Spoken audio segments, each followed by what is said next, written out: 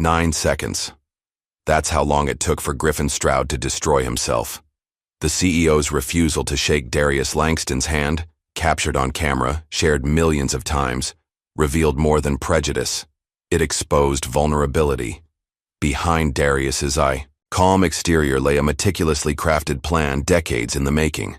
His father's wrongful conviction, his silent accumulation of global wealth, his strategic positioning of allies inside Stroud's empire, Naomi Clark, who'd risked everything to bring Darius to the table, Victor Reed, who'd gathered evidence of Griffin's corruption for 15 years, and even Harper Stroud, increasingly disgusted by her father's true nature. Griffin mistook Darius's quiet demeanor for weakness, never suspecting that the handshake he so casually refused would trigger the complete dismantling of his corrupt dynasty. Some called it revenge. Darius called it justice. Either way, it had already begun. Just before we get back to it, I'd love to know where you're watching from today, and if you're enjoying these stories, make sure you're subscribed, because tomorrow's special episode is one you definitely don't want to miss. The Investors Summit buzzed with anticipation. 300 of the most influential names in finance and technology had gathered in the grand ballroom of the Westbrook Hotel, where crystal chandeliers cast a soft glow over tables draped in white linen. The air was thick with expensive cologne and ambition. At the entrance, a man in a simple charcoal suit approached the security checkpoint.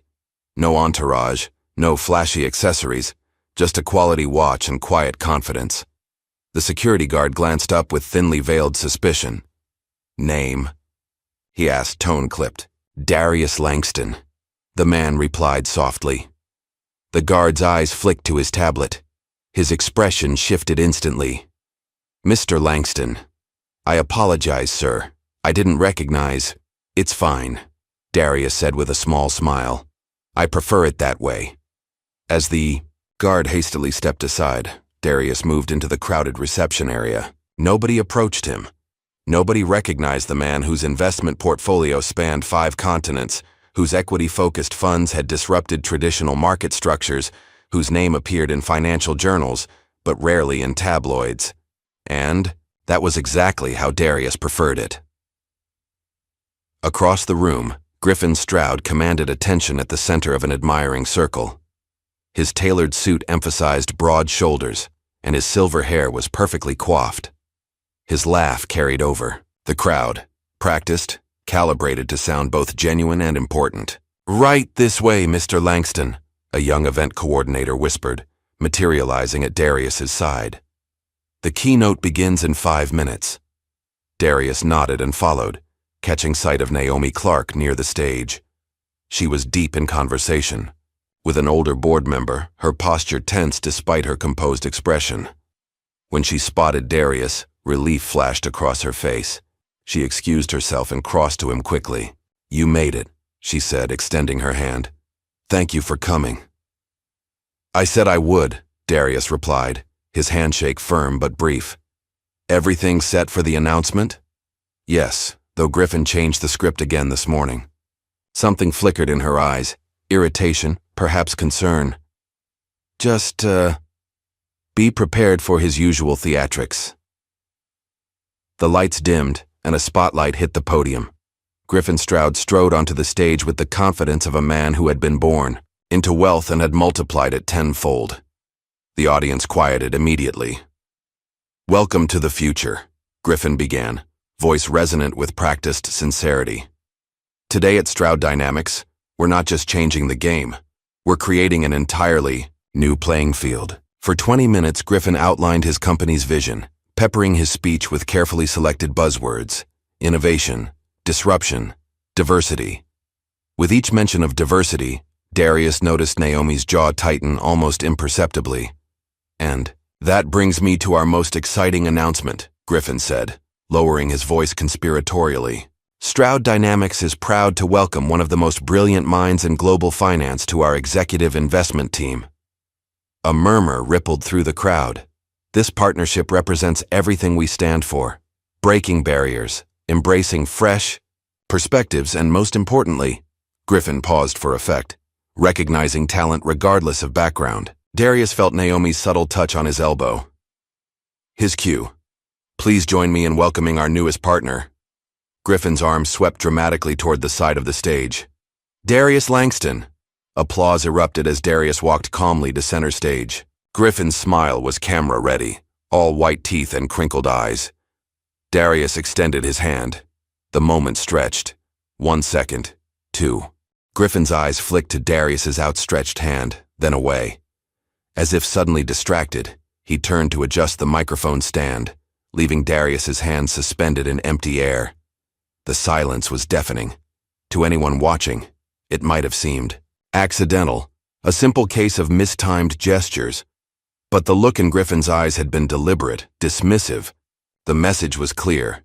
You're here because I allowed it. Darius didn't flinch. His expression remained neutral as he lowered his hand and stepped back slightly. No reaction, no visible offense taken. Mr. Langston brings exceptional expertise to our team, Griffin continued smoothly. His insight will be invaluable as we expand our global initiatives. The speech concluded. Pictures were taken, contracts were prominently displayed and signed for the press. Through it all, Darius maintained his composure, offering brief professional comments when directly addressed. Few noticed the cell phones that had captured the moment, the extended hand, the deliberate turn away. Few except one sharp-eyed junior reporter, who immediately recognized what she'd witnessed. By evening, the clip had gone viral. In her sleek downtown apartment, Naomi paced before a wall of windows overlooking the city lights. Her phone buzzed, constantly with notifications. Not your token. Stroud snub. Chach. Darius deserves better.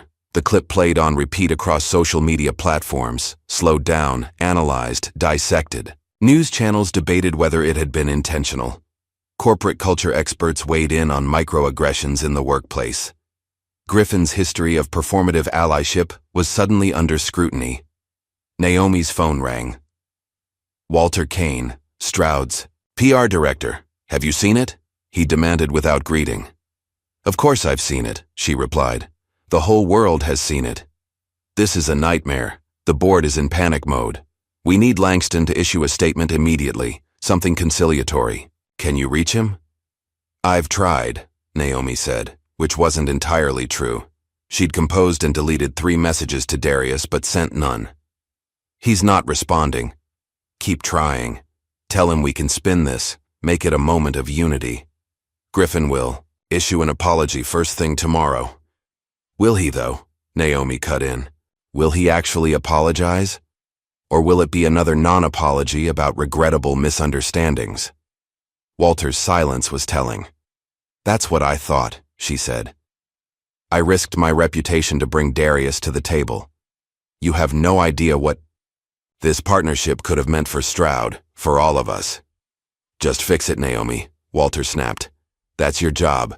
Fix it before the Asian markets open.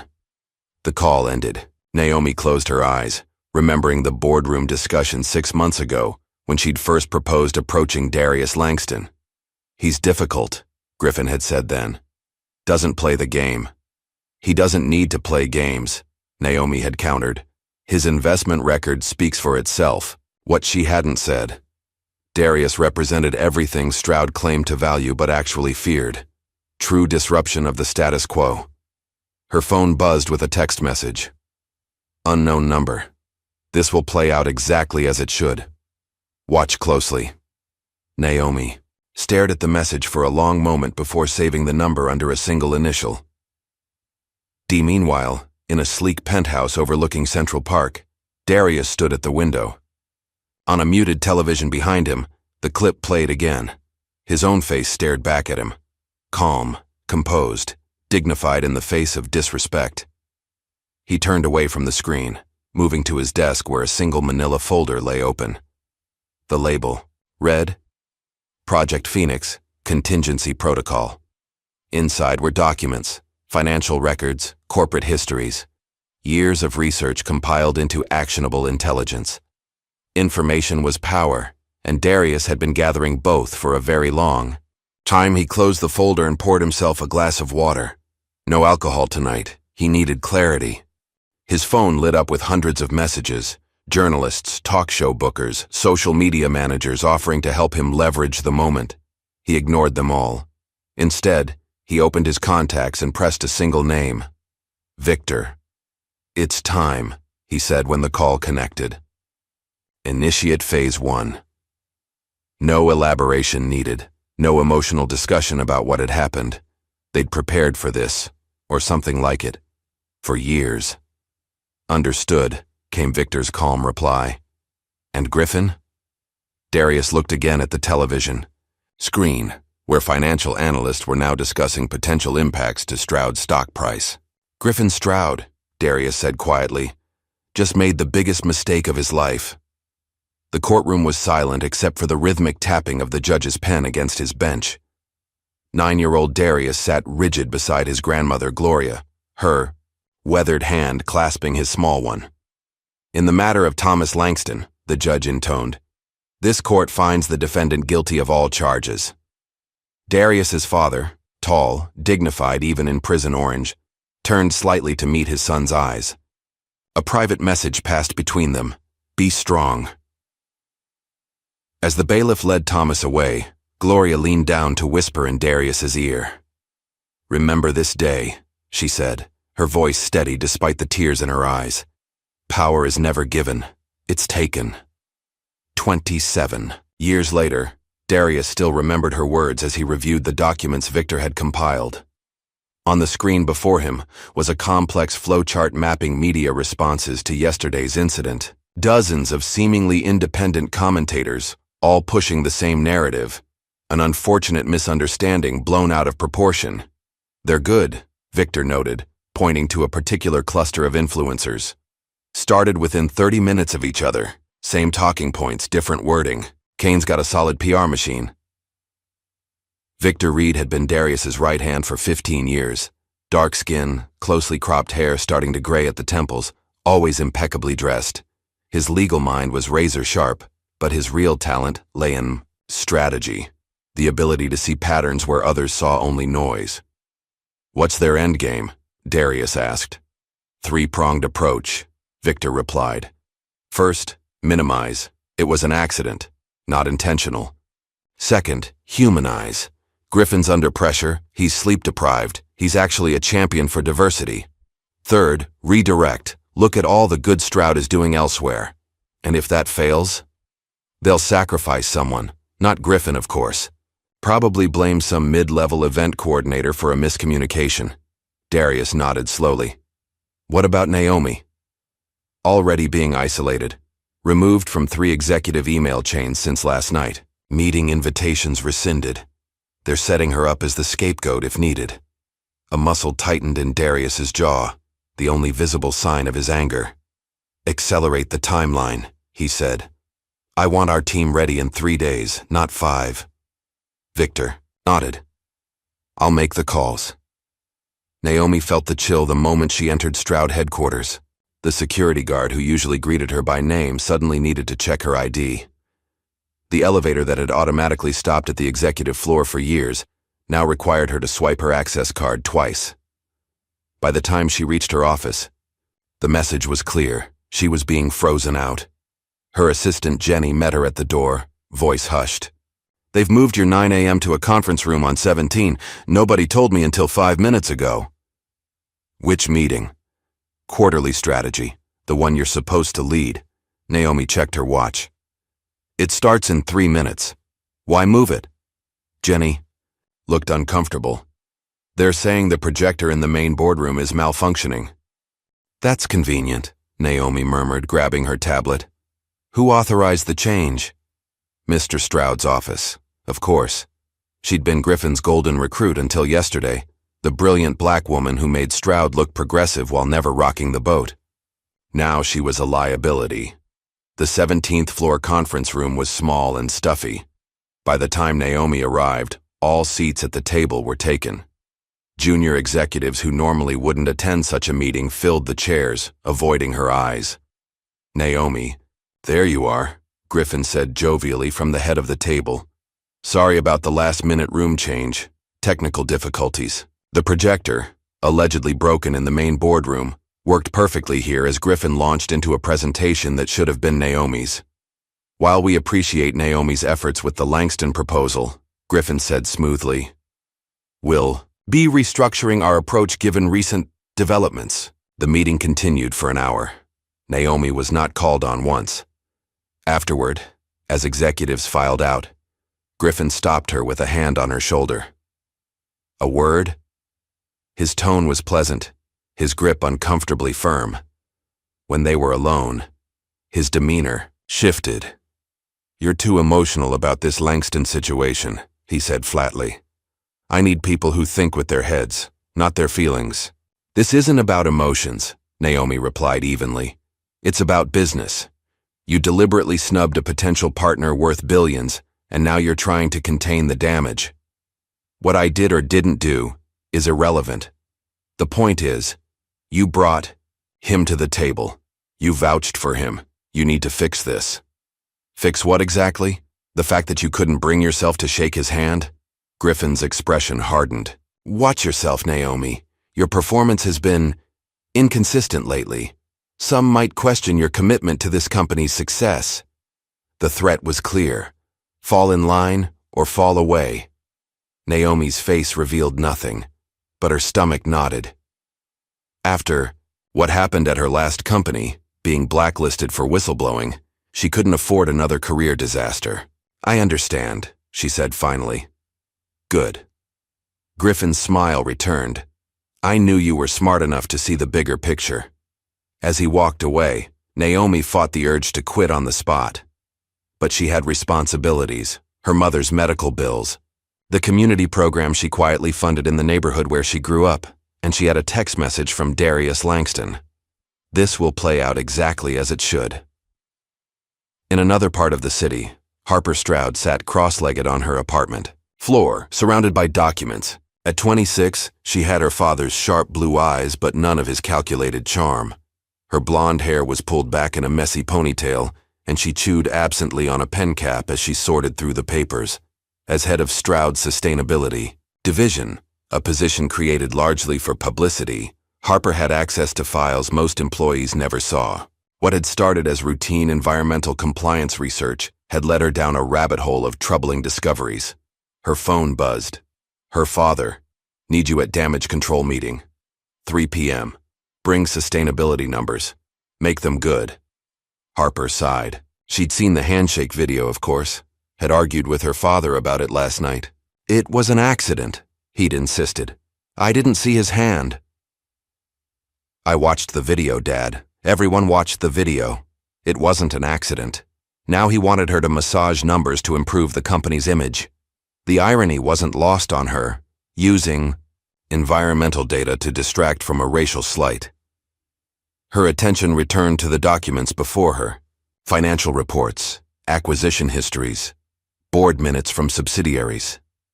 Buried within the bureaucratic language were patterns she couldn't ignore. Minority-led startups acquired, then systematically dismantled. Clean energy initiatives announced, with fanfare, then quietly shelved. Community commitments broken the moment public attention shifted. The Stroud legacy was built on broken promises. Harper gathered the most damning files and locked them in her personal safe. She wasn't sure what she would do with them yet, but she knew one thing. She couldn't be complicit any longer. At an exclusive, private club in Manhattan, Victor Reed sipped mineral water watching Walter Kane across the room. Stroud's PR chief was deep in conversation with a Wall Street Journal editor, gesturing emphatically. Victor waited until the editor left before approaching. Walter, he said pleasantly. Busy day? Kane's face tightened. What do you want, Reed? Just saying hello. Old friends catching up. We're not friends, Victor smiled. No, we're not, but we do have mutual acquaintances. If you're here about yesterday's misunderstanding, Victor repeated. Interesting choice of words. What would you call it? I'd call it a glimpse behind the curtain, a revealing moment of truth. Kane leaned forward. Listen carefully. Your client is out of his depth. Griffin Stroud built this industry. He's survived recessions, scandals, and a dozen upstarts who thought they could take his throne. Perhaps, Victor conceded, but none of them were Darius Langston. What's that supposed to mean? Victor took a leisurely sip of his water. It Means Mr. Stroud should be careful about his Cayman accounts, particularly the ones not registered under his own name. Kane's face drained of color. How did you— We're not playing chess anymore, Walter, Victor said, standing to leave. This is war, and wars have casualties. As Victor walked away, his phone vibrated with a message from Darius. It's begun. Multiple whistleblowers coming. Forward. Prepare for acceleration.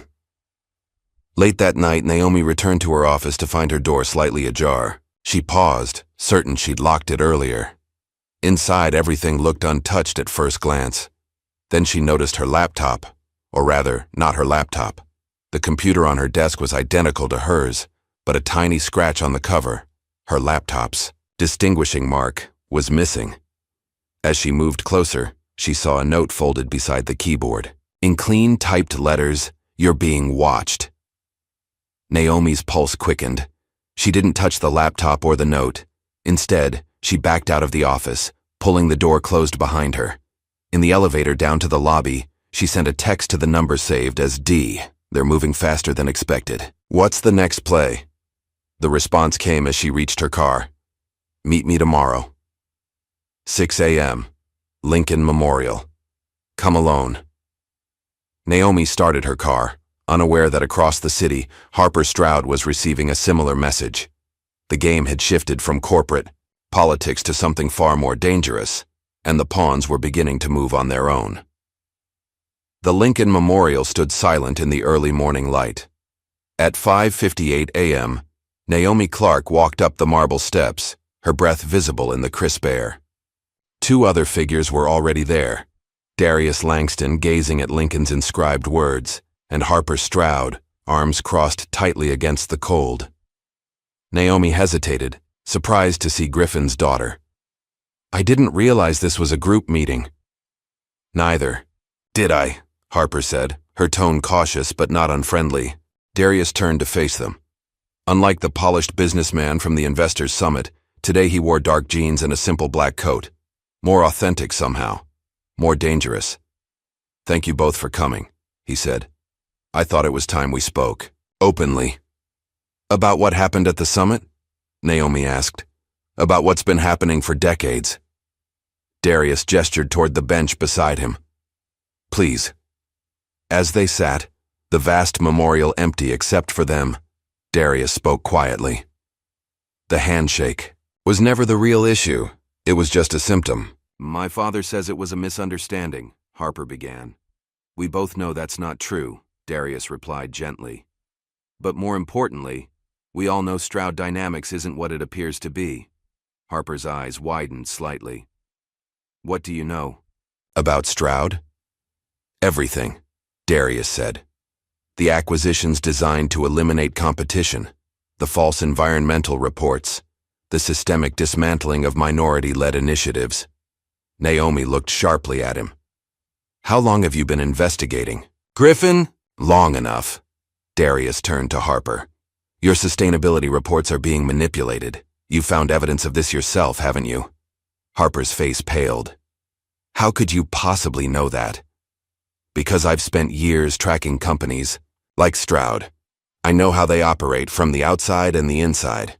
He paused. I also know what your father did to my family 27 years ago. Silence fell between them as a jogger passed by, headphones in, oblivious to their tension.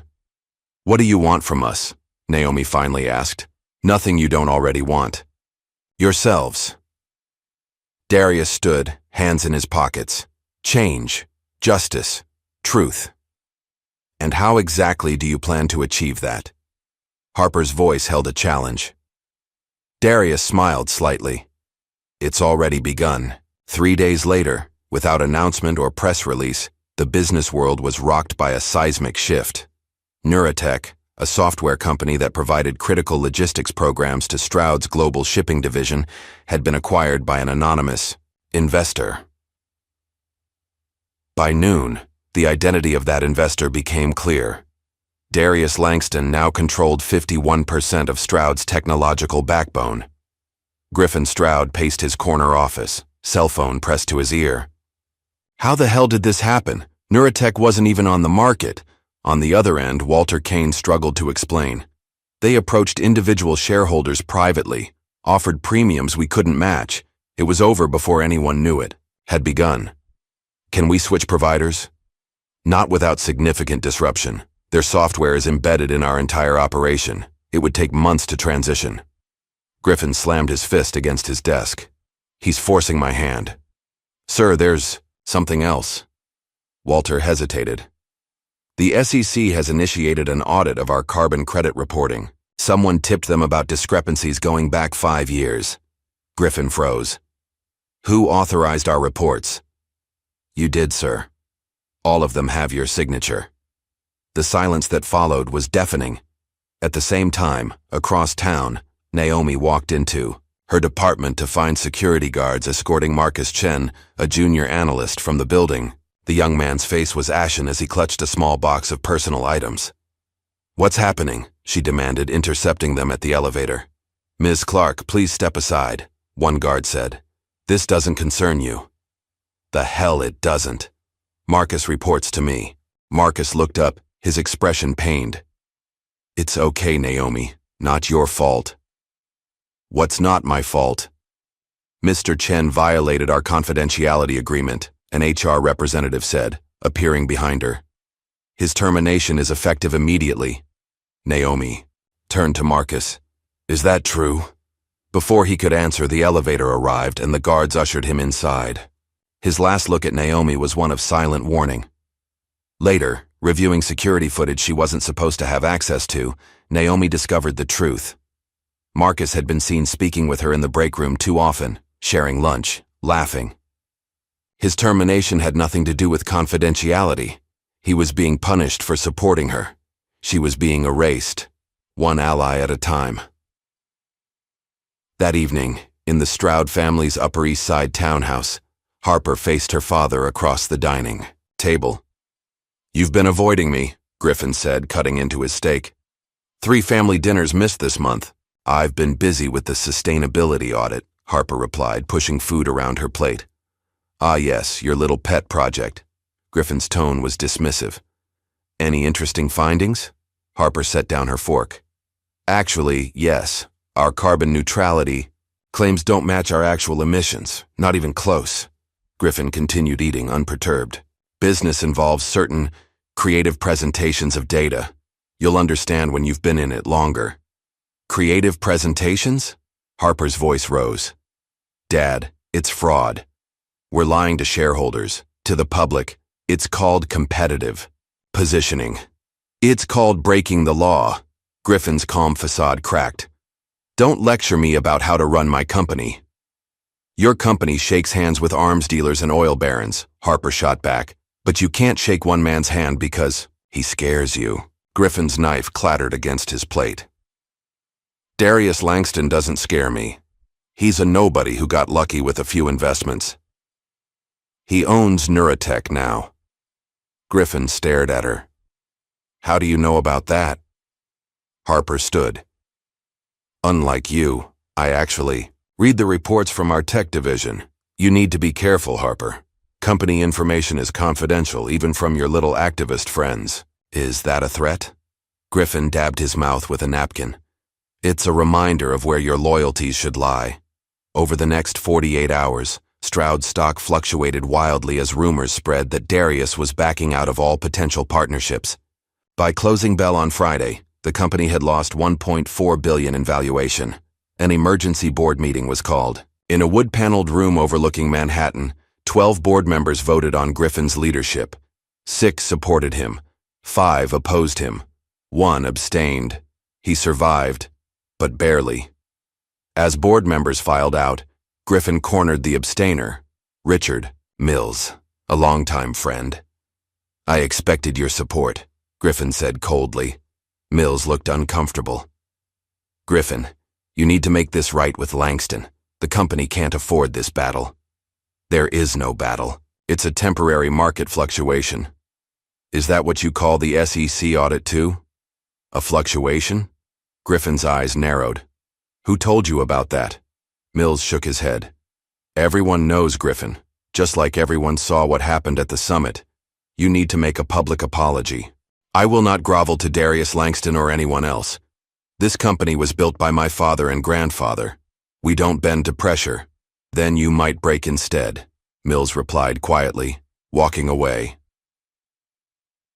The following day, Darius broke his public silence, not with a statement about Griffin or Stroud dynamics, but with a televised interview on business innovation. For 30 minutes, he spoke eloquently about ethical investing, corporate responsibility, and the need for systemic reform. Not once did he mention the handshake incident or Griffin Stroud. He didn't need to. Everyone watching understood the subtext. In his office, Griffin watched the interview with growing rage. He thinks he's untouchable, he muttered. Walter Kane, seated across from him, looked nervous. Sir, we have a more immediate problem.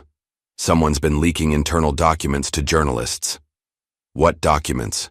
Board minutes, financial reports, communications about minority-led acquisitions that were subsequently dismantled. Griffin's face darkened. Naomi, we can't confirm that. Who else would it be? She brought Langston to us. She's been his ally from the beginning. We need solid proof before we make accusations. Then get me proof, Griffin snapped. I want her gone by the end of the week. Unaware of the target on her back, Naomi was meeting with an investigative journalist from the Washington Post at a cafe far from Stroud headquarters. Victor Reed sat beside her, providing legal cover for what they were about to do. These documents are legitimate? The journalist asked, scanning the files on her tablet. Everyone, Naomi confirmed. Board approvals for initiatives that were later canceled without explanation. Financial records showing systematic defunding of diversity programs despite public commitments. And you're willing to go on record? Naomi glanced at Victor, who nodded slightly. Not yet, she said. But these documents speak for themselves. The sources are protected under whistleblower statutes. The journalist looked skeptical. Stroud has an army of lawyers. So do we, Victor replied smoothly. And unlike Stroud's, ours actually respect the law. After the journalist left, Naomi turned to Victor. How bad will the blowback be? Significant, he admitted. Are you prepared for that? She thought of Marcus being escorted out, of the growing isolation, of Griffin's thinly veiled threats. I've been preparing for years, she said. I just didn't know it. Walter Kane's office was in chaos. 3 different news outlets had just published damning exposés on Stroud's internal practices. His phone rang constantly with journalists seeking comment. Meanwhile, Griffin was demanding he identify the leakers immediately. In desperation, Walter called an emergency meeting of his PR team. 20 somber-faced employees gathered in the conference room. Someone in this company is actively sabotaging us, he began, eyes scanning the room. I want to know who. A young intern raised her hand hesitantly. Sir, I noticed Jared from graphic design accessing board documents last week. He doesn't have clearance for those. Walter pounced on this information. Get security. Have them escort Jared to my office immediately. An hour later, a confused graphic designer had been terminated, his company devices confiscated, his reputation in tatters. He wasn't the leaker, of course, but Walter needed a scapegoat, and Jared was convenient. What Walter didn't know was that the real leakers were much closer to Griffin and much better protected. That evening, Griffin summoned Harper to his office. His expression was thunderous as he threw a file on his desk. Care to explain this? Harper glanced at the file. Her stomach dropped. It contained her private research notes on Stroud's environmental violations. Where did you get that? She asked, fighting to keep her voice steady. It was found in the possession of a Washington Post journalist, along with confidential board minutes and financial records. And you think I leaked it? Griffin's laugh was bitter. Who else would it be?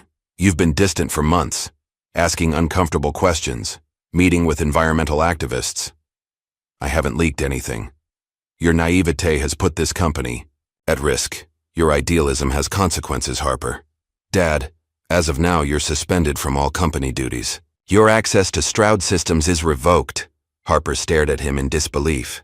You're suspending your own daughter? Based on what evidence? The evidence is clear enough. Griffin turned away. You chose your principles over your family, over me. As security waited to escort her out, Harper realized how completely her father had miscalculated. She hadn't leaked those documents. Not yet.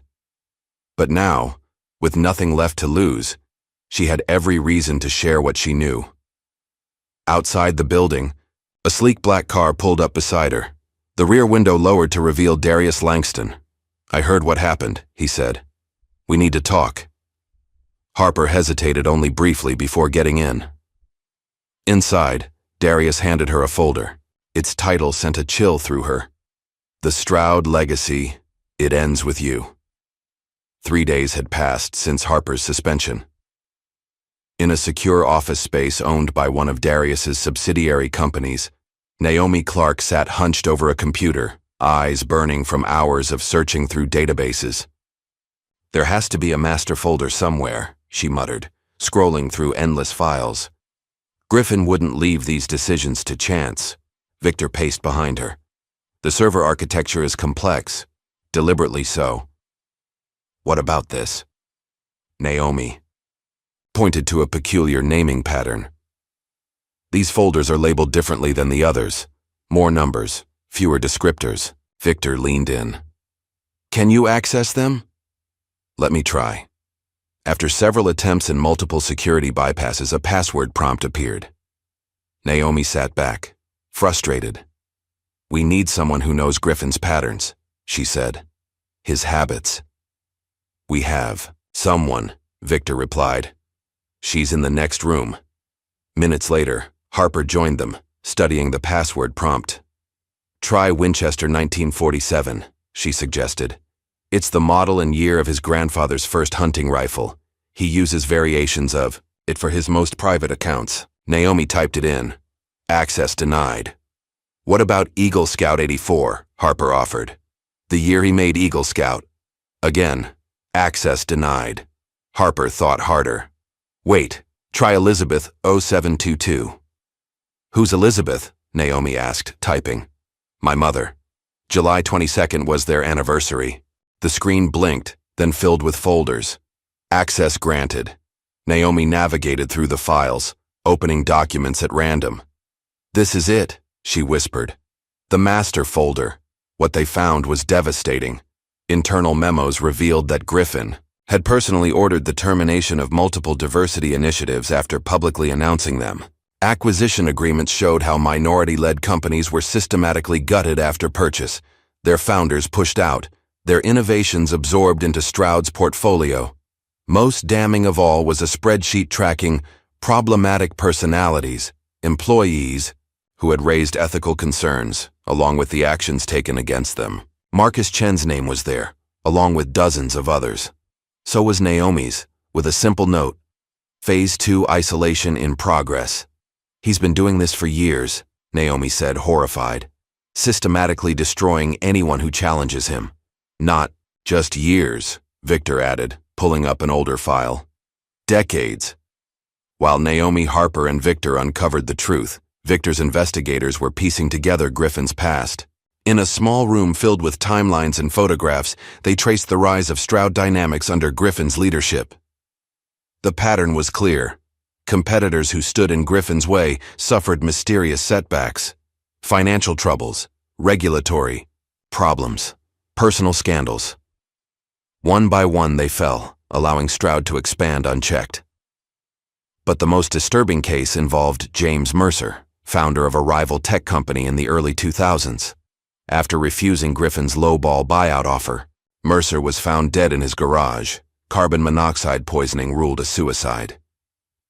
3 weeks later, Stroud acquired Mercer's company for a fraction of its value. No direct connection to Griffin was ever established.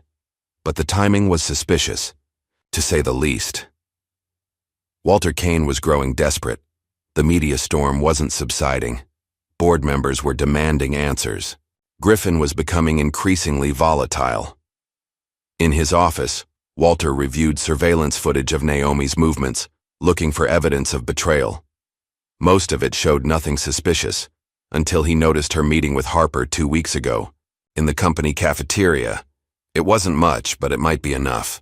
With the help of the head of IT security, Walter doctored footage to make it appear as if Naomi was accessing restricted servers and downloading files. Armed with this fabricated evidence, he called Naomi to a private meeting. "I know what you've been doing," he said, sliding a tablet across the table. The doctored video played, showing Naomi supposedly stealing data. Naomi watched it calmly. "That's not what happened.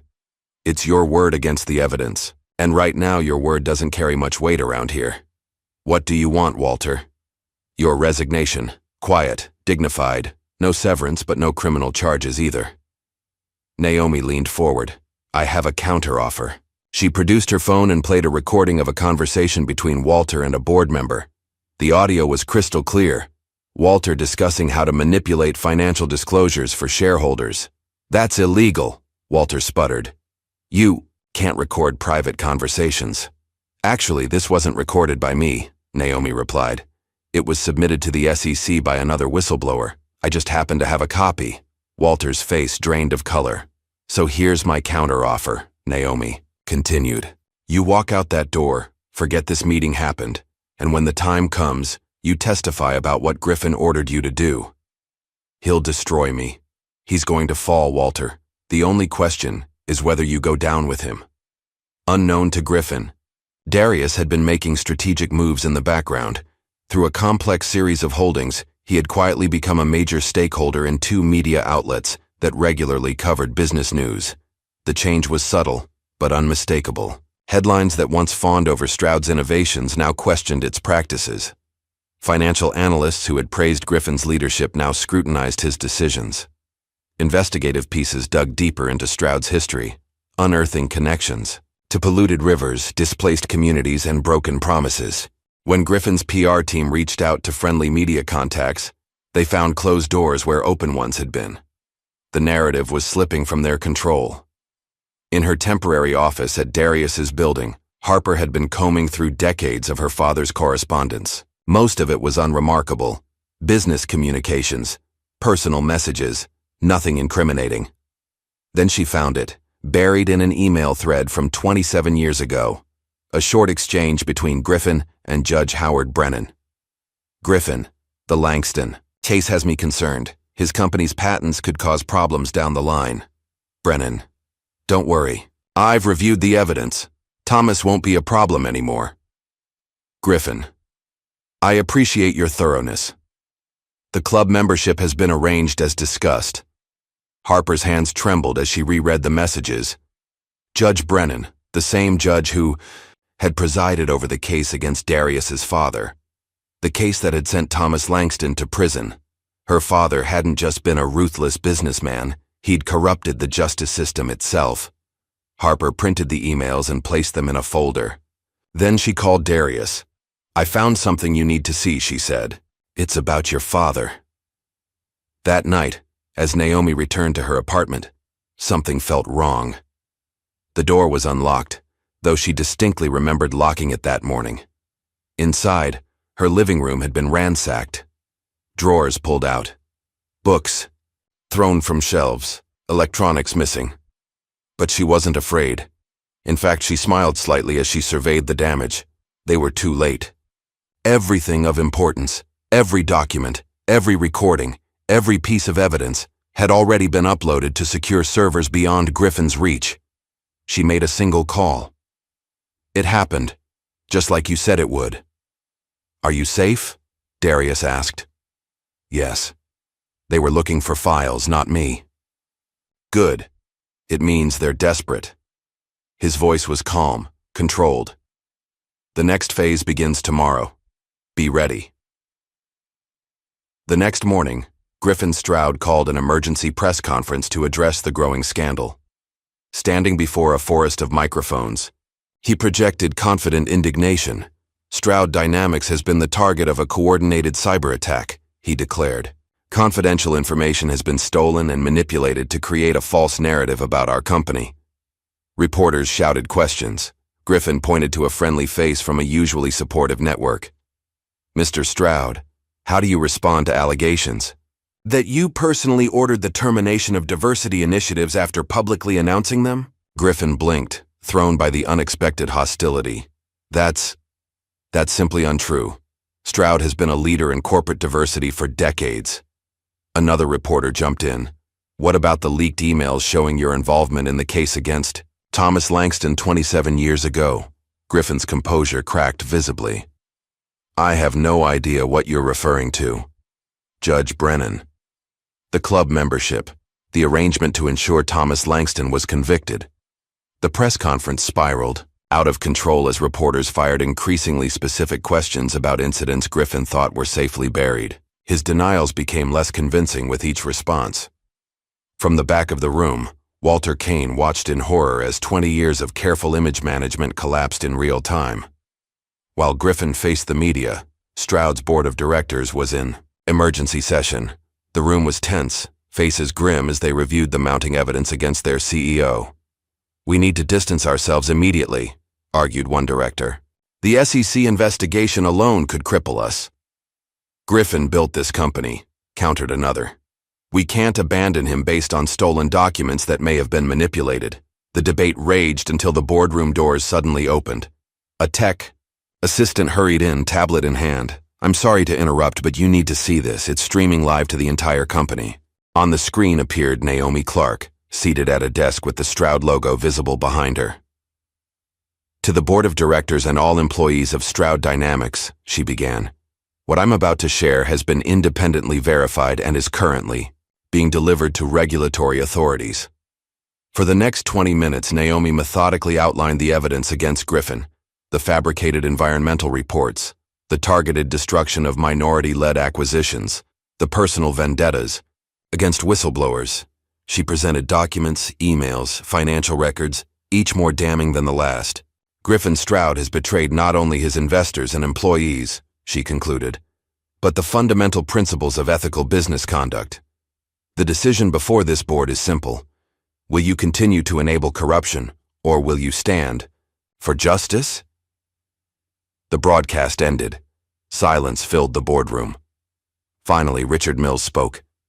I move for an immediate vote of no confidence in Griffin Stroud's leadership. Hands began to rise around the table. In a darkened room across town, Darius and Victor watched the fallout unfold on multiple screens. News channels reported on the press conference disaster. Social media erupted with calls for Griffin's resignation. Stroud's stock was in freefall. Is it enough? Victor asked quietly. Darius considered the question, his expression unreadable. For a moment, he was that 9-year-old boy again, watching his father led away in handcuffs, his grandmother's words echoing, "Power is never given, it's taken." No, he said finally. Not yet. Victor nodded, understanding. Then it's time for the final phase. Darius picked up his phone and made a call. It's time, he said simply. Make the call. As he ended the call, Victor looked at him, curiously. May I ask what that was about? Darius turned to face his friend, his expression resolute. The SEC is about to receive evidence of something even Griffin can't survive. Dawn broke over the city, painting the skyline in hues of gold and orange. In his penthouse office, Victor Reed stood by the floor-to-ceiling windows, phone pressed to his ear.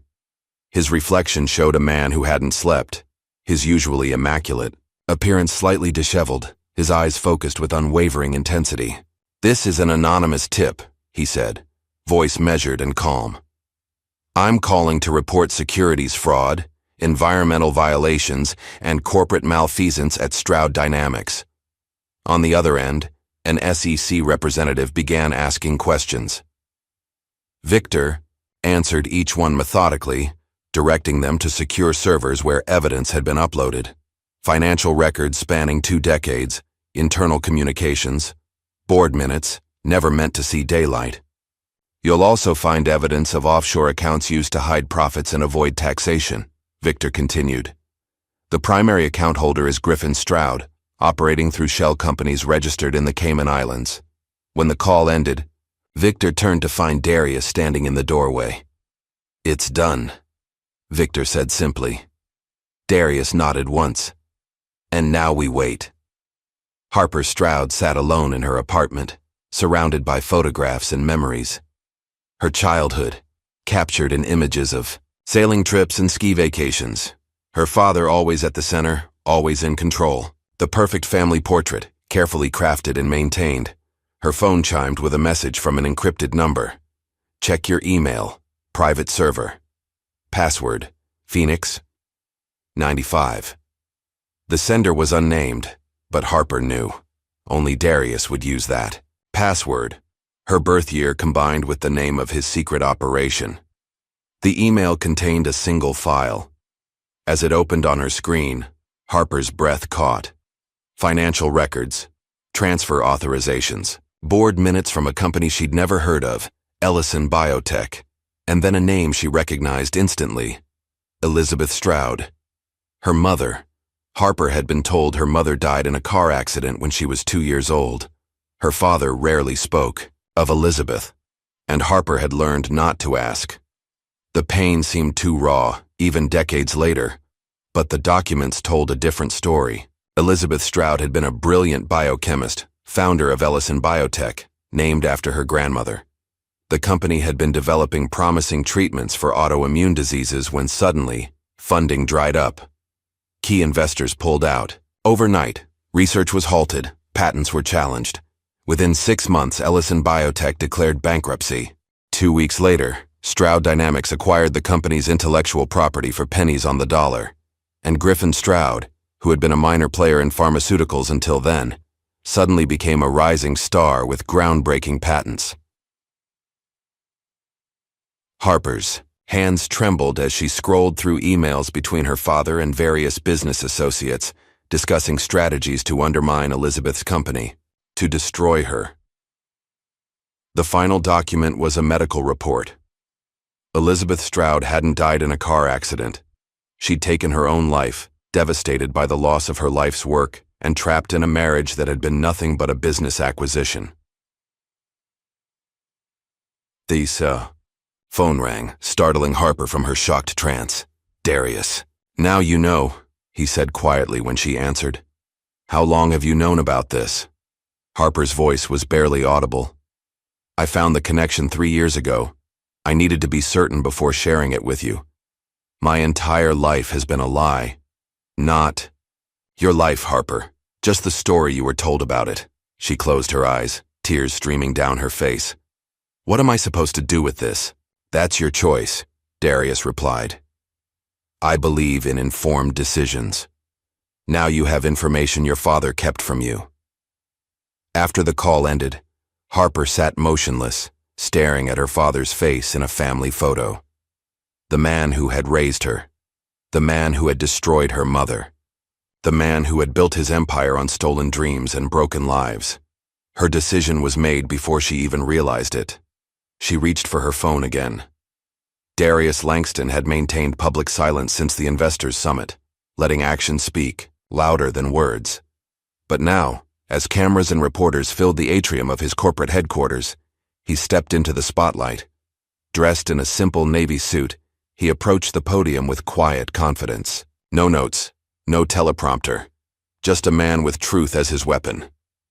Good morning, he began, his deep voice carrying without effort.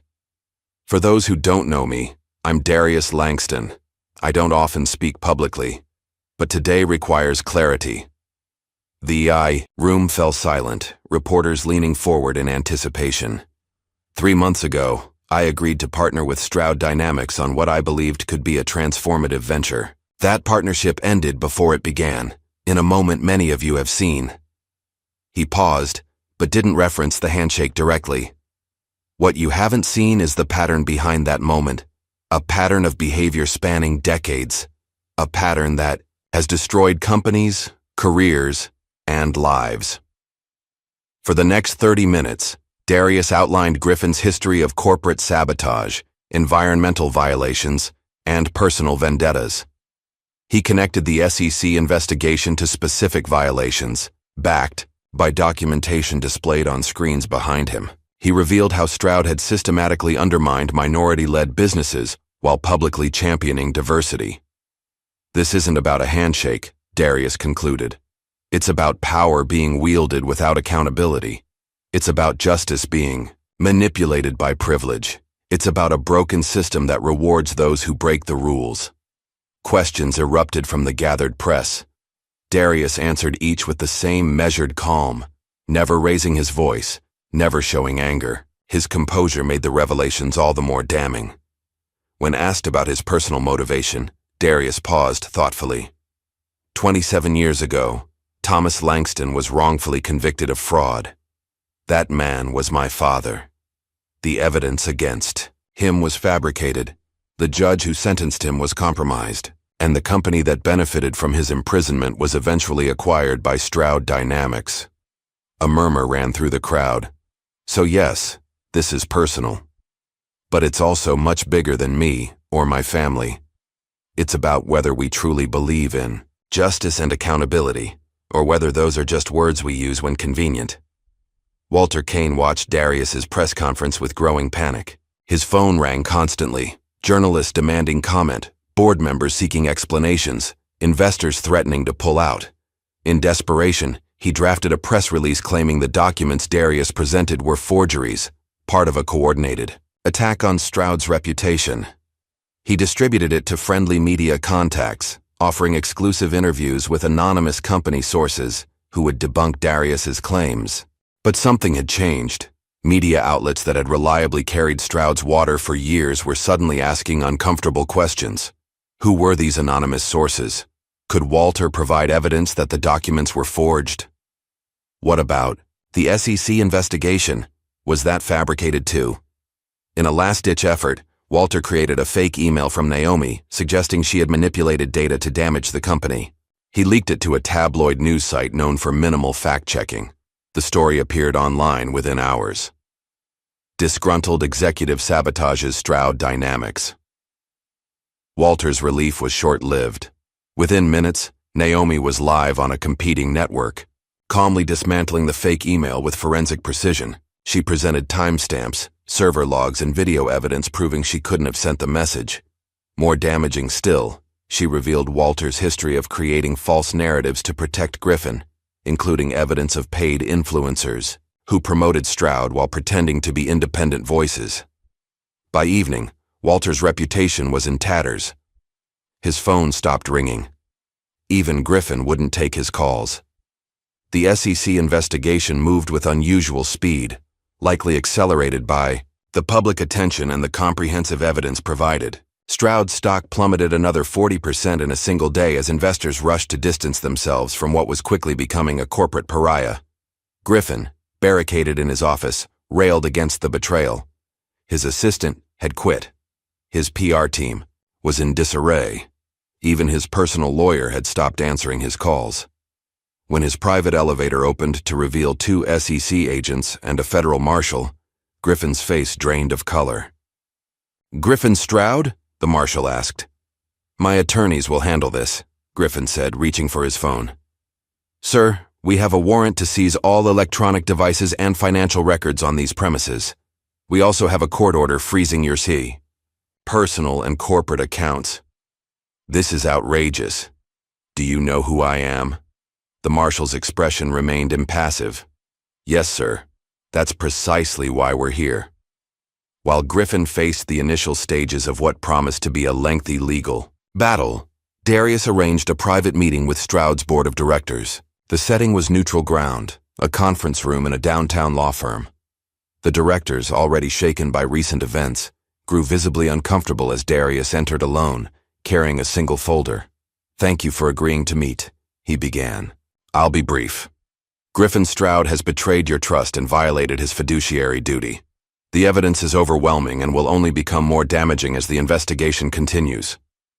Richard Mills, the senior board member, cleared his throat. "We've called an emergency shareholder meeting to address leadership concerns." "That's a start," Darius acknowledged, "but insufficient. The corruption extends beyond Griffin. This board has approved fraudulent reports, ignored ethical violations, and enabled systemic discrimination." "That's an unfair characterization," another director protested. "Is it?" Darius opened his folder and removed a document. "This is a sworn statement from your former head of diversity and inclusion, detailing how this board repeatedly blocked meaningful initiatives while publicly claiming progress. He placed the document on the table and removed another. This is testimony from 3 former executives describing how they were pushed out after raising ethical concerns about business practices that this board approved. One by one, Darius presented evidence implicating each director in Stroud's toxic culture. Not all had actively participated in wrongdoing, but all had looked the other way. All had chosen profit over principle. You have 2 options, Darius concluded. Resign voluntarily or face the same scrutiny Griffin is now experiencing. I've prepared statements for each scenario. The room was silent for a long moment before Mills spoke again. What do you want, Mr. Langston? Control of Stroud? Revenge? What I want is justice, Darius replied, and a corporate culture that doesn't destroy lives for quarterly profits. And you think you can create that? Not alone, but with the right leadership, yes. By meeting's end, 5 directors had agreed to resign. The remaining 3 would stay on to ensure continuity during the transition, with the understanding that they too would step down once new leadership was established. As Darius left the building, he sent a text to Victor. Phase 1 complete. Prepare for acquisition. The downtown Marriott's grand ballroom had been hastily prepared for Griffin's press conference. Once, such an event would have filled the room with supportive business leaders and friendly press. Today, the front rows held mostly Stroud employees, their attendance mandatory, their expressions anxious. Griffin Stroud approached the podium with the confident stride of a man accustomed to controlling the narrative. His suit was impeccable, his silver hair perfectly styled. Only those who knew him well would notice the tension in his jaw, the slight tremor in his hands. Thank you all for coming, he began, voice steady despite the circumstances. I stand before you today as the victim of an unprecedented attack on my character and my company. Cameras flashed as Griffin gestured emphatically, portraying himself as a businessman under siege. The SEC investigation is nothing more than a politically motivated witch hunt. The so-called evidence being circulated has been manipulated to paint a false picture of Stroud Dynamics and my leadership. He continued for 20 minutes, weaving a narrative of persecution and conspiracy. Stroud was an American success story. He was a champion of innovation. The attacks against him were attacks against free enterprise itself. And behind it all, Griffin concluded dramatically, is Darius Langston, a man driven by personal vendetta rather than facts, manipulating media and regulatory agencies to destroy what my family has built over generations. The question period began, and Griffin's confident facade quickly crumbled. Reporters pressed him on specific allegations, citing documents and witnesses. Each denial sounded hollower than the last. When asked about his involvement in the case against Thomas Langston, Griffin's composure finally broke. I had nothing to do with that case, he snapped. This obsession with ancient history is exactly the kind of distraction Langston wants. As Griffin stormed off the stage, ignoring further questions, the damage was done. His performance had only reinforced the image of a man with something to hide. The following morning, Jessica Reed, a mid-level financial analyst at Stroud, sat nervously in a downtown coffee shop. Across from her was a reporter from the Wall Street Journal, recorder placed between them. I need to be clear, Jessica said, voice barely above a whisper. If they find out I'm talking to you, I'll never work in finance again. Your identity will be protected, the reporter assured her. Just tell me what you saw. Jessica took a deep breath. For 3 years, I've been tasked with preparing financial reports for the board and investors. The numbers I received never matched our actual performance. When I raised concerns, my supervisor told me it was standard industry practice to present data in the most favorable light. Were you asked to falsify specific reports? Multiple times, mostly environmental compliance data and diversity. Metrics. I have copies of the original data alongside what was actually reported. And who directed these changes? The instructions always came from Griffin's office, usually through Walter Kane. Jessica was just one of dozens of Stroud employees now coming forward. Some spoke anonymously. Others, like Jessica, provided documentation. Together, they painted a picture of systemic corruption that couldn't be dismissed as misunderstandings or mistakes. Harper Stroud had always avoided the spotlight, preferring to work behind the scenes on causes she believed in. But today, she sat in a television studio, lights bright, makeup freshly applied, waiting for the red light that would indicate she was live to millions of viewers. 3, 2, 1. We're joined today by Harper Stroud, daughter of embattled CEO Griffin Stroud, the host began. Ms. Stroud has requested this interview to address recent allegations against her father and Stroud Dynamics. Thank you for being here. Harper nodded, hands clasped tightly in her lap. Thank you for having me. Let me ask directly, do you believe the accusations against your father are true? Harper met the host's gaze steadily. Yes, I do. A murmur ran through the studio crew. That's a powerful statement, the host said. Can you elaborate? For years, I've witnessed troubling patterns at Stroud. As head of the sustainability division, I saw how environmental reports were manipulated. I raised concerns and was told to focus on my area of expertise. I convinced myself that change could happen from within. What changed your mind? Harper took a deep breath. Recently, I discovered that my father was directly involved in destroying my mother's company, Ellison Biotech. The official story I was told my entire life, that she died in a car accident, was a lie. The host leaned forward. Are you saying? I'm saying that my father built his empire by destroying others, including my mother, and I can no longer be complicit through my silence.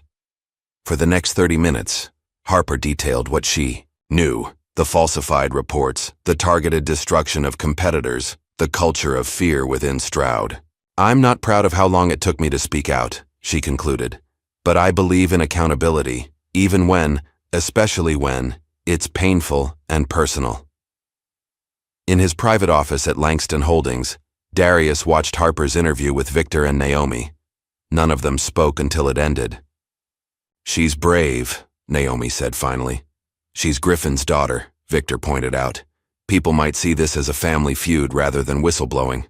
It doesn't matter how they see it, Darius replied. What matters is that it's one more crack in Griffin's facade, one more voice he can't easily dismiss. He turned to Victor. Where do we stand with the final evidence? Victor opened his tablet. It's ready. The connection between Griffin and organized crime syndicates in the early 2000s. Financial transfers, meetings, communications, all documented. Once this reaches the SEC, it's no longer just about corporate fraud. It's potential RICO charges. And it's verified? Triple-checked. There's no plausible deniability. Darius was silent for a moment, weighing the implications. This wasn't just about destroying Griffin's reputation or forcing him from power. This would likely result in criminal prosecution, potential imprisonment. It would be the final irrevocable step. Send it, he said at last. Griffin Stroud had always prided himself on having contingencies for every scenario. As Stroud Dynamics crumbled around him, he activated his final desperate measures. First, he attempted to transfer millions from hidden accounts to overseas holdings where they couldn't be easily traced or seized. But the accounts had been frozen. Someone had alerted authorities just hours before he tried to access them. Next, he reached out to contacts in media ownership, offering exclusive stories that would damage Darius's reputation. But doors that had always been open to him suddenly closed. Calls went unreturned, emails unanswered. In growing desperation, he hired private investigators to dig into Darius's past, seeking anything that might discredit him. But Darius's life, while private, had been remarkably clean. His business dealings were ethical, his personal life discreet, but uncontroversial. The rare skeleton in his closet had already been publicly acknowledged and addressed. Griffin's final attempt was perhaps his most shameful. He approached a judge he'd known for years, suggesting that his legal troubles might disappear with the right guidance from the bench. The judge, already aware of Griffin's involvement with Judge Brennan decades earlier, recorded the conversation and reported the attempted bribery. By week's end, Griffin Stroud's assets were frozen, his reputation destroyed, his freedom in jeopardy. Former allies distanced themselves. Friends suddenly couldn't be reached. Even his country club membership was under review. The fall was complete, public, and irreversible. As Stroud Dynamics teetered on the brink of collapse, the board made a surprising announcement. Naomi Clark would serve as interim CEO while the company underwent restructuring. Her first press conference marked a dramatic departure from Griffin's style. No grand pronouncements or defensive posturing. Instead, she presented a clear-eyed assessment of the company's failings and a roadmap for fundamental change. Stroud Dynamics has betrayed the trust of its employees, its investors, and the public, Naomi began. Acknowledging that fact is the first step toward earning back that trust. She announced a comprehensive ethics overhaul, new leadership throughout senior management, and specific measurable commitments to environmental sustainability and diversity. This isn't about rebranding or quick fixes, she emphasized. It's about building a company that operates with integrity at every level. When asked about Darius Langston's role in the company's future, Naomi was direct. Mr. Langston has agreed to serve as a strategic advisor during this transition. His expertise in ethical business practices will be invaluable as we rebuild. Behind the scenes, the real arrangement was more significant. Through a carefully structured deal negotiated by Victor, Darius would acquire controlling interest in Stroud at a fraction of its previous valuation. The Stroud name would eventually be phased out, the company absorbed into Langston Holdings. More ethical corporate structure. Griffin Stroud's legacy would be systematically erased, replaced by a vision of business that prioritized sustainability, diversity, and social responsibility. The final blow came on a rainy Tuesday morning. Federal agents arrived at Griffin's Upper East Side townhouse with arrest warrants. The charges were extensive: securities fraud, wire fraud, obstruction of justice, and, most surprisingly to the public, conspiracy charges related to organized crime activities. News helicopters captured the image that would dominate headlines for days. Griffin Stroud, in a raincoat thrown hastily over pajamas, being led in handcuffs to a waiting vehicle.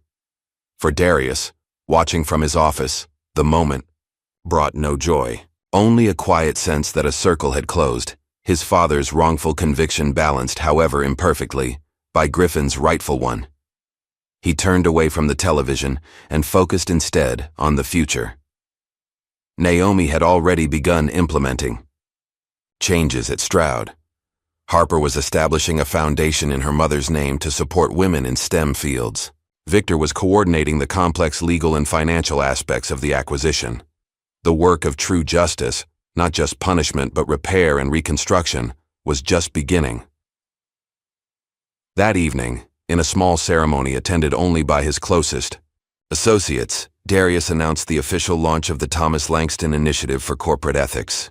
My father believed that business could be a force for good, he told the gathered few. Today, we begin proving him right. 3 weeks after Griffin Stroud's arrest, spring had brought new life to the city. Trees along Park Avenue displayed fresh, green buds and morning light streamed through the windows of what was once Griffin's corner office. Naomi Clark stood gazing at the view, contemplating the seismic shifts of the past month. The office still bore traces of its former occupant, the imposing mahogany desk, the strategic placement that ensured everyone who entered had to walk a gauntlet of Griffin's achievements mounted on the walls. A knock on the door interrupted her thoughts. "Come in," she called. Darius Langston entered, carrying 2 cups of coffee.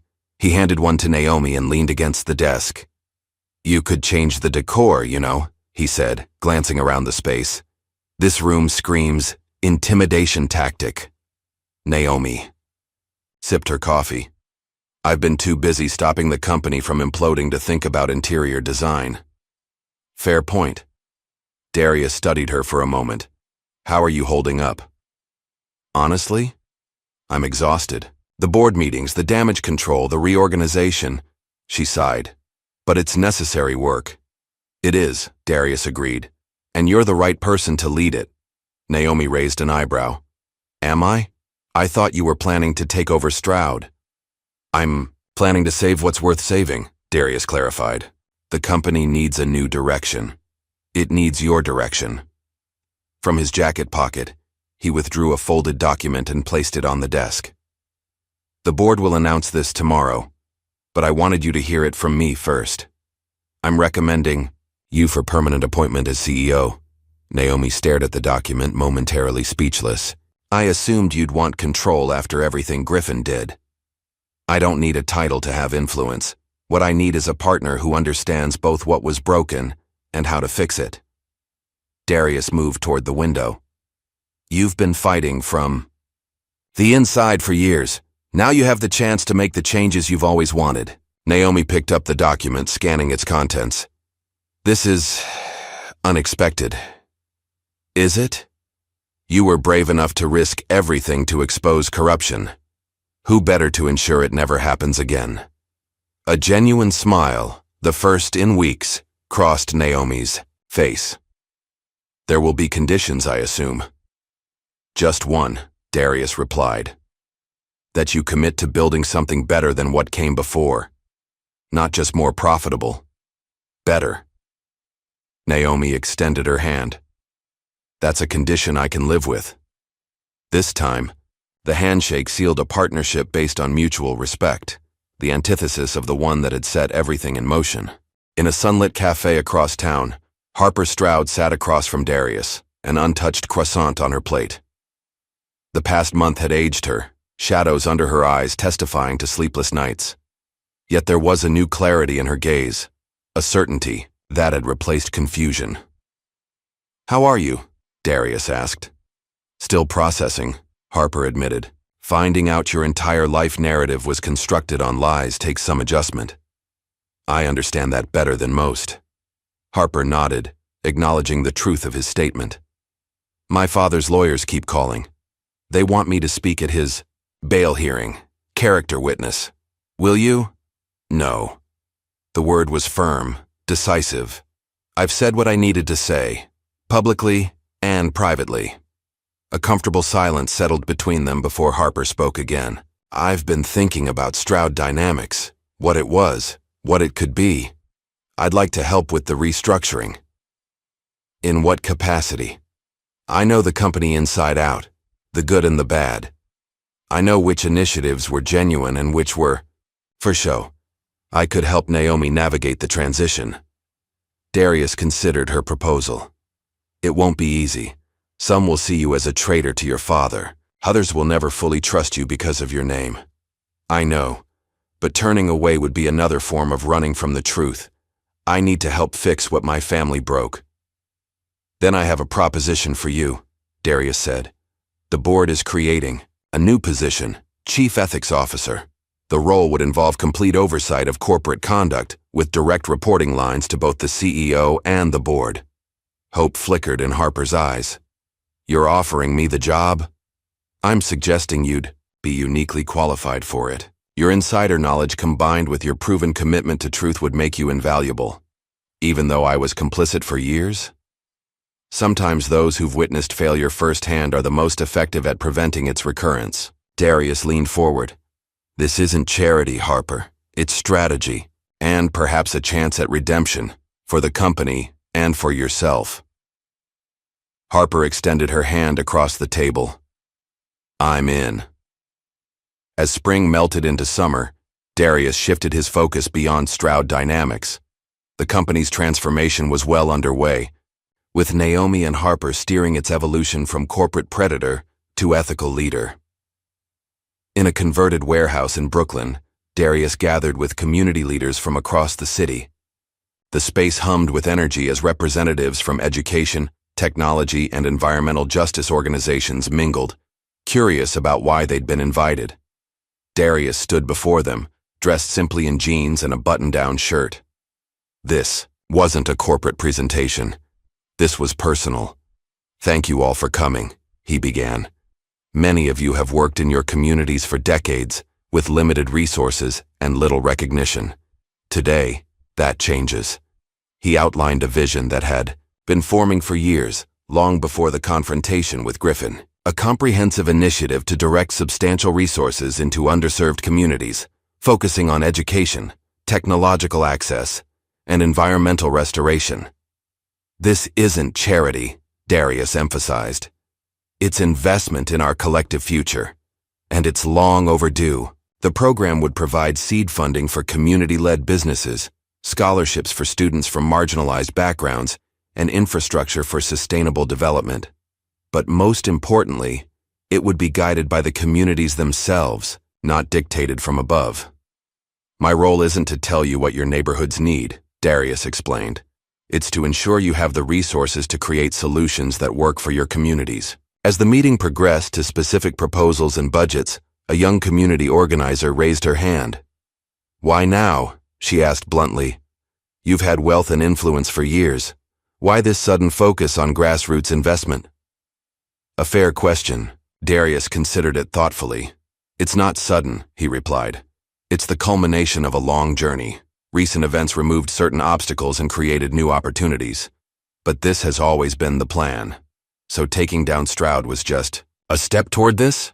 Justice and progress often travel the same road," Darius said. "What happened with Griffin Stroud opened doors that were previously closed. I'm simply walking through them and inviting all of you to join me." By meeting's end, the initial skepticism had given way to cautious optimism. Committees were formed, timelines established, and the first wave of funding allocated.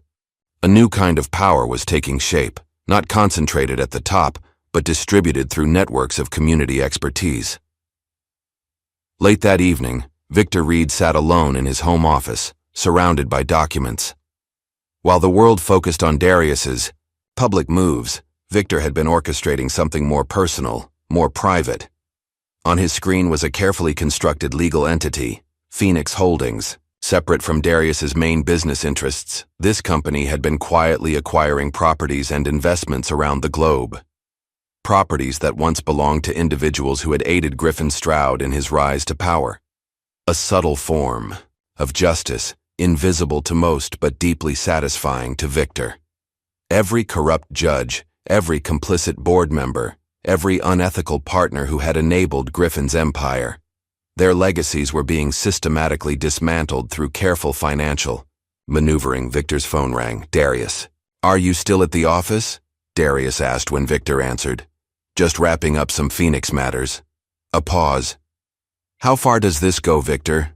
The question caught Victor off guard. "What do you mean?" "The secondary acquisitions, the targeting of Griffin's former allies. I didn't authorize that expansion."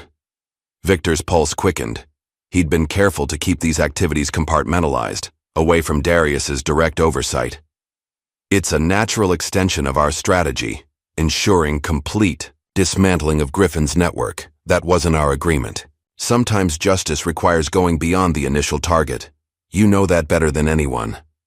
Another pause, longer this time. "We need to talk. Tomorrow, my office." The call ended, leaving Victor unsettled. For 15 years, he'd been Darius's right hand, his fixer, his strategist. They'd shared a vision of justice against corrupt power, or so he thought. Now, for the first time, Victor wondered if their definitions of justice had diverged along the way. While Darius worked to reshape business relationships with underrepresented communities, Naomi was implementing radical changes. At what was now officially Langston Stroud International, the hyphenated name was temporary, a bridge between what was and what would be. In the main auditorium, Naomi addressed hundreds of employees, many watching remotely from global offices. For decades, this company operated on a simple principle: profit above all else, she began. That era is over. Our new mission centers on 3 equal priorities: profitability, sustainability, and equity. She outlined specific structural changes: transparent compensation practices to eliminate gender and racial pay gaps, environmental impact assessments for all projects, community benefit requirements for new developments, and independent ethics oversight for every division. Some of you may be wondering if these changes mean we'll be less successful financially, Naomi acknowledged. The evidence suggests otherwise. Companies with diverse leadership and ethical practices consistently outperform their competitors. Over time, she moved away from the podium, her tone becoming more personal. I know many of you are afraid. You're wondering if your jobs are secure, if your skills will still be valued, if everything you've worked for might disappear. Those are valid concerns. She scanned the audience, making eye contact with as many people as possible. What I can promise you is this. We will be transparent about our plans. We will provide training and support for anyone whose role is changing. And we will build something that you can be genuinely proud to be part of. Not just because it's profitable, but because it's right. The response was uncertain at first, tentative applause giving way to stronger support as the message resonated. Change was coming, but perhaps it wasn't something to fear.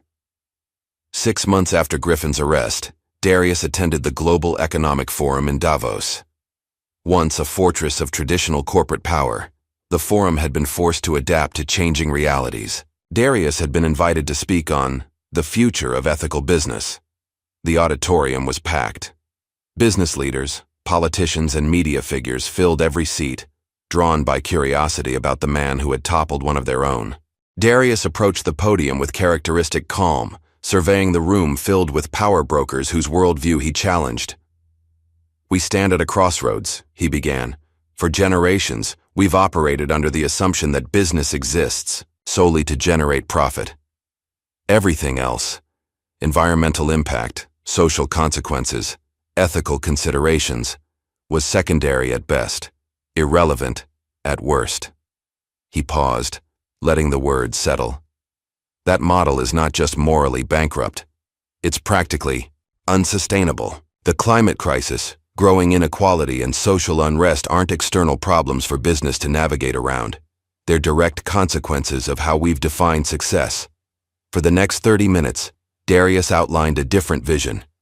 One, where corporate success was measured not just by quarterly earnings, but by positive impact on communities and ecosystems. Not as charity or corporate social responsibility, but as fundamental to the business model itself. Some call this idealistic, he acknowledged. I call it necessary, and increasingly, so do consumers, employees, and investors. The question isn't whether business will change, but whether you will lead that change or be dragged into it kicking and screaming. The audience response was mixed. Skepticism from old guard executives, enthusiasm from younger attendees, thoughtful consideration from those in between. Darius hadn't expected universal agreement. Transformation never began with unanimity. What mattered was that the conversation had shifted. Ideas once dismissed as radical were now being debated in the heart of global capitalism. The stage was set for something new to emerge. As media coverage of Darius's speech at Davos circulated globally, a montage of his wider impact began to unfold. Community revitalization projects bearing the Langston Foundation name opened in neighborhoods from South Chicago to East Oakland. Scholarship recipients, primarily from underrepresented groups in STEM fields, began their studies at prestigious universities. Small businesses founded by immigrant entrepreneurs received crucial early funding. Each initiative addressed injustices similar to those Darius had experienced growing up. Barriers created not by lack of talent or effort, but by systemic inequities, designed to preserve existing power structures. The pattern was clear to those paying attention. Darius wasn't just accumulating wealth and influence. He was strategically redistributing it to communities that had been systematically excluded. And he was doing it quietly, without fanfare, focused on impact rather than recognition. Traditional media initially portrayed these efforts as philanthropy, the typical billionaire's attempt to burnish his image. But over time, a different understanding emerged. This wasn't charity. It was reconstruction, a deliberate attempt to repair broken systems and create new pathways to opportunity. In boardrooms and business schools, in community centers and policy institutes, the Langston model became a case study in how economic power could be wielded not just for personal gain, but for collective advancement. At a global summit on corporate ethics, Harper Stroud took the stage to a standing room only crowd. No longer just Griffin's daughter, she had established herself as a formidable advocate for business transparency and accountability. "A year ago, I was complicit in a system I knew was corrupt," she began. "I told myself I was fighting for change from the inside, but the truth is, I was afraid. Afraid of losing privilege, position, family." She paused, meeting the audience's gaze directly. That fear kept me silent when I should have spoken. It made me rationalize behavior that was clearly wrong, and it nearly cost me my integrity. For the next hour, Harper outlined practical frameworks for ethical corporate governance, specific structures, policies, and practices that could transform how companies operated. Her approach was concrete, grounded in her experience both as an insider and now as an architect of reform. Ethical business isn't just a nice ideal, Harper concluded. It's a practical necessity in a world where transparency is inevitable and accountability is increasingly demanded. The question isn't whether your company can afford to operate ethically. It's whether it can survive doing otherwise. As applause filled the room, Harper caught sight of Darius at the back, nodding in quiet approval. Their unlikely alliance had blossomed into a partnership that was reshaping corporate America. She, with her insider knowledge and hunger for redemption. He, with his strategic vision and unwavering commitment to justice. Together with Naomi, they were creating a new blueprint for what business could be. In his penthouse office, Darius faced Victor across his desk. The tension between them had been building for weeks, unspoken concerns hardening into unavoidable confrontation. "Explain Phoenix Holdings," Darius said, voice deliberately calm. "The complete operational structure." Victor maintained his composure, though his usual confidence had dimmed. "It's a necessary extension of our original plan. Griffin's network of enablers needed to be addressed. So you took it upon yourself to target them, without authorization." "I used my judgment, as I've always done," Victor replied. "These people helped Griffin destroy your father. They corrupted the system that should have protected him. And that justifies exceeding your authority?" Victor leaned forward. "Don't tell me you're developing scruples about how justice is delivered, not after everything we've done to bring down Griffin." "There's a difference between exposing corruption and becoming the very thing we fought against," Darius said quietly. "Is there? Or is it just a matter of who holds the power?" Victor's voice had an edge now. "You've always known I play the long game, Darius. I've been 3 steps ahead since the beginning, anticipating moves, creating contingencies, protecting your interests. My interests are yours." The question hung in the air between them. Victor stood, straightening his suit jacket. "I think after 15 years, I've earned the benefit of the doubt. Phoenix Holdings is securing justice on multiple fronts, nothing more, nothing less. By targeting people without due process, by unilaterally deciding who deserves punishment, as if what we did to Griffin was any different." Darius's expression hardened. Griffin was exposed through legal channels. Evidence was submitted to proper authorities. The system worked as it should.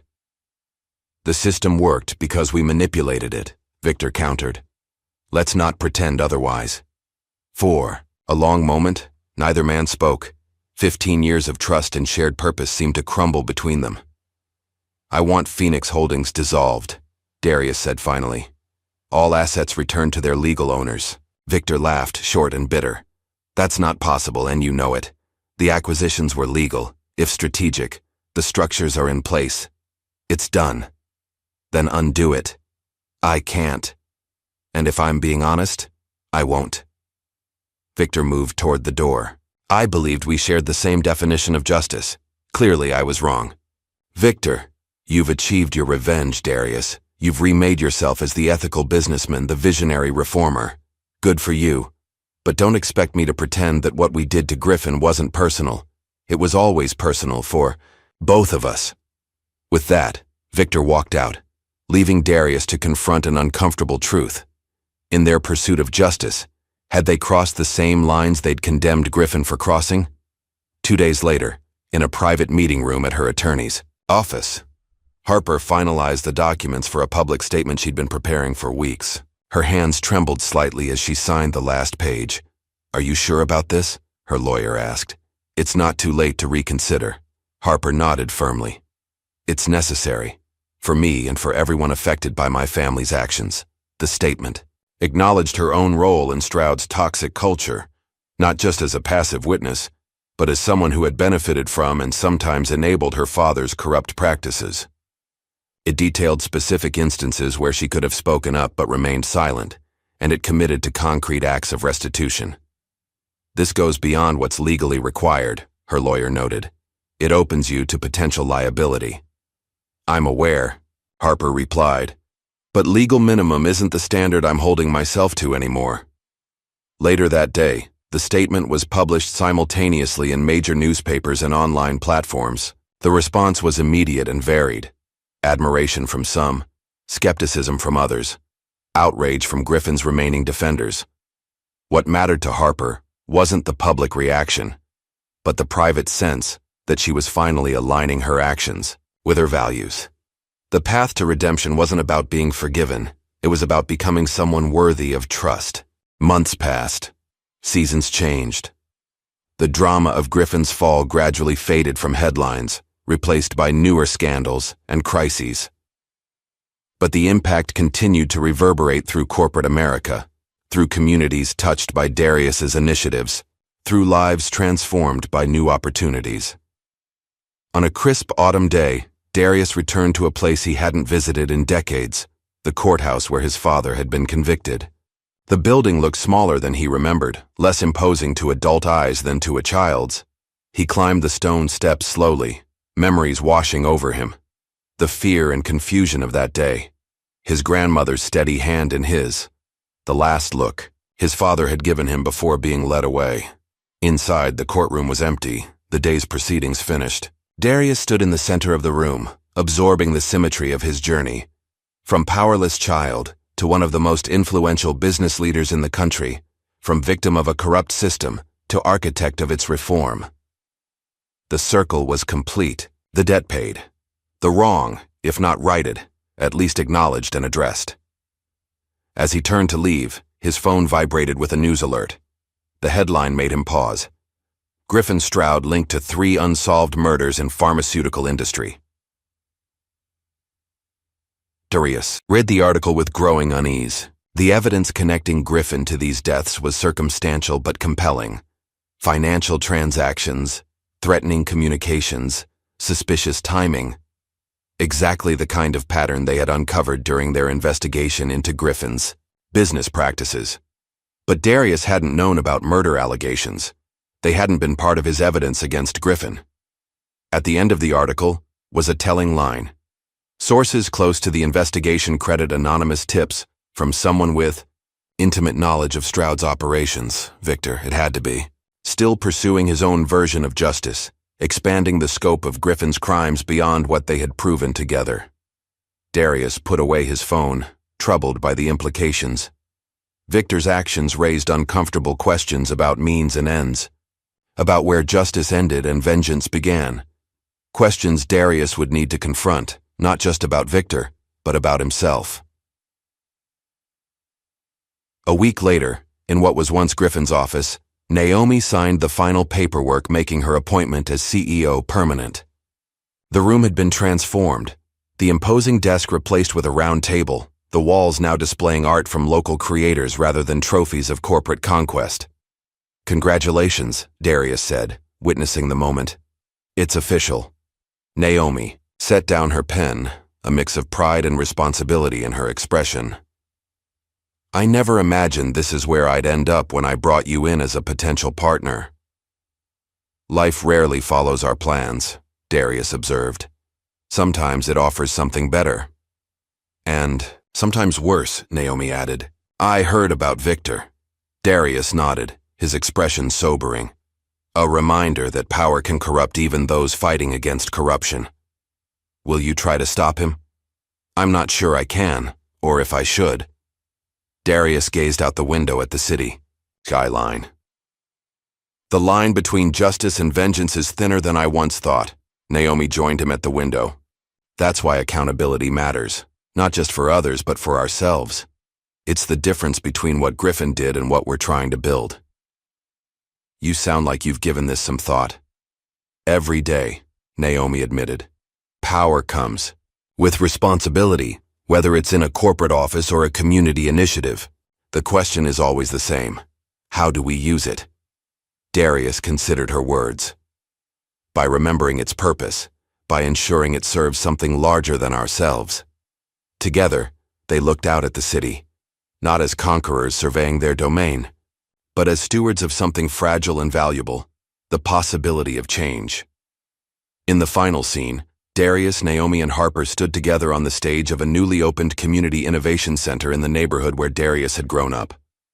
Behind them, young entrepreneurs from historically marginalized communities showcased their startups, their energy and potential filling the space with hope.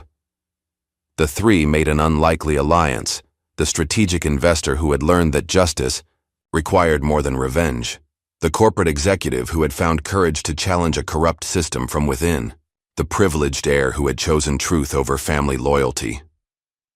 Together, they represented a new approach to power, one that measured success not by dominance, but by positive impact. Not perfect, still learning, but committed to a different path. As they watched the young innovators present their ideas, Darius thought about the journey that had brought him here. It had begun with a simple public insult, a refused handshake that revealed the truth about power and privilege in America. But it would end with something far more significant, a fundamental shift in who held power, how it was used, and who benefited from it. The screen faded to black, the words, "Change is inevitable," appearing in white text. But they were followed by additional words, "Justice is not." For true justice, the kind that transformed systems rather than simply punishing individuals, required more than righteous anger. It required vision, strategy, and the courage to build something better from the ashes of what had been destroyed. That work was just beginning. What would you do if the system that wronged you finally lay within your grasp?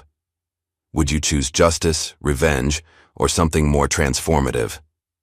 If this story of power, corruption, and redemption resonated with you, please like and subscribe for more thought-provoking narratives that challenge our understanding of justice and change.